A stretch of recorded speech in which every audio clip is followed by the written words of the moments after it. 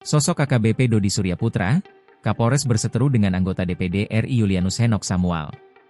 Nama AKBP Dodi Suryaputra, Kapolres Kutai Kartanegara, Kukar, ramai disorot warganet.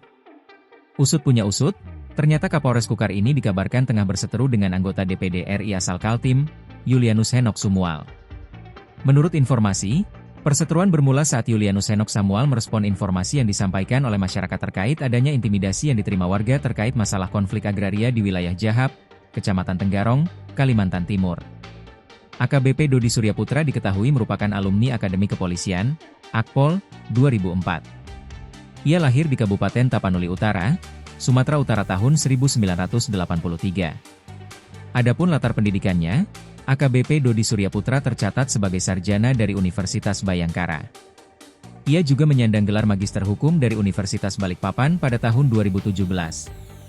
Selama bertugas di kepolisian, AKBP Dodi Suryaputra ini sudah banyak menduduki posisi penting. Ia pernah menjabat sebagai Kapolsek Sambaliung Polres Berau. Lalu, Dodi juga pernah menjabat sebagai Kanit Tipiter di Treskrimsus Polda Kaltim. Kemudian, ia pernah menjabat sebagai Kabaops Polresta Balikpapan.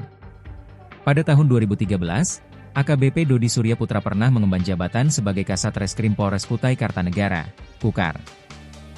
Dari Polres Kukar, ia digeser ke Polres Empat Lawang.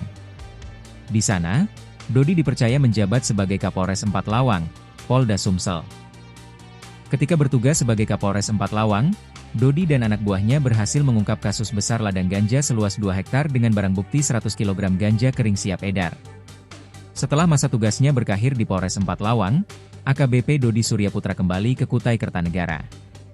Ia lantas ditunjuk sebagai Kapolres Kutai Kartanegara berdasarkan Surat Telegram Kapolri nomor ST 277512 2024.